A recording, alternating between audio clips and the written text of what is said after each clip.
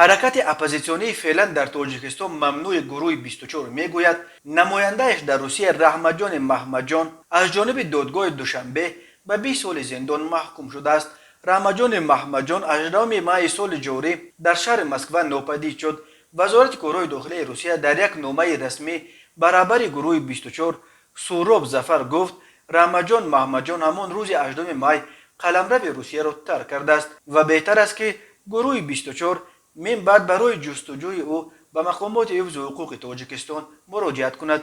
مقامات روسیه چگونه روسیه را ترک کردن این نماینده اپوزیسیون تاجیک را شرح ندادند. مقامات تاجیکستان نیز تاکنون درباره قضیه رحمتجان محمدجان شرح ندادند و استرداد او از روسیه را تصدیق یا رد نکردند. همینطور تاکنون درباره مرافعه پرونده او و حکمش نیز اطلاع رسمی نشر نشده است.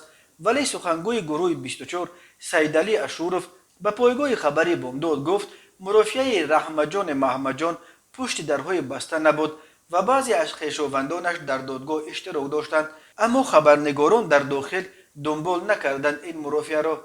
گفت سیدعلی اشورف. به اطلاع همسفانش دادگاه دوشنبه رحمتجان محمدجان را بر اساس ماده های 187 189 و 307 در تشکیل اتحاد جنایتی برانگیختن کینه و عداوت، همکاری با سازمان افراطی ممنوع و دعوت‌های عمومی به سرنگون کردن ساخت کنستیتوسیونی تاجیکستان گناهکار شناخته برای 20 سال روانه زندان کرده است. بنا به اطلاع دریافتی، شابودین بدالوف یک فعال دیگر گروه 24 که در اول سپتامبر سال 2020 از شهر نیژنی نوگورود روسیه نیز به طور مرموز غیب زده بود، در تاجیکستان به 9 سال زندان محکوم شده است.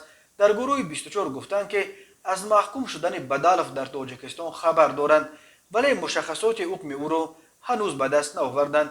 گروه 24 این حکم را محکوم میکند و برای آزادی آنها از تمام چاره‌های ضروری کار خواهد برد، از جمله با نوشتن نامه‌ها به سازمان‌های ضد دخل، تشکیل پیکت‌ها و همچنین با مقامات دخل داد روسیه نیز روی کار هستیم تا دقیقاً برای ما واضح سازند که ربودن اعضای گروه 24 که در روسیه ممنوع نیست از سوی کدام گروه یافته است.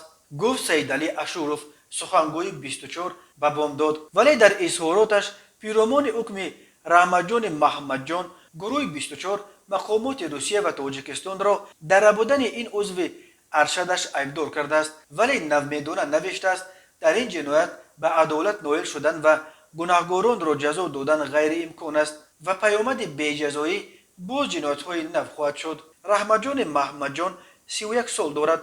او سال 2014 به گروه 24 پیوست و بعد از روسیه و دیگر کشورهای اسنگی به اروپا هجرت کردن بخش اعظم طرفداران گروه 24 در روسیه مانده چند سال آخر نماینده این گروه در روسیه بود.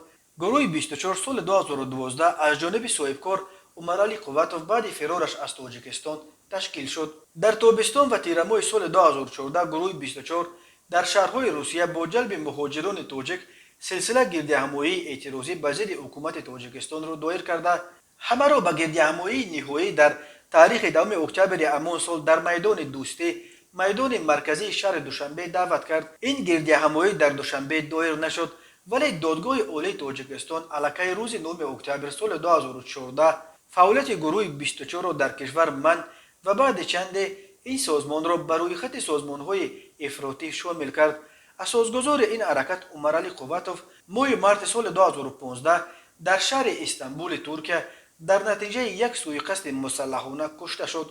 بعد این شماره زیاد از اعضا و طرفداران گروه 24 بازداشت و محکوم به زندان شدند و قسم دیگر به کشورهای اروپا پناه آوردند و حالا این سازمان اساساً در اروپا عمل میکند. اما رحمتجان محمدجان و شابودین بدالوف در روسیه ماندند و تا زمان به طور مرموز غیب زدنشان به فعالیت‌های اپوزیسیونیشان ادامه میدادند.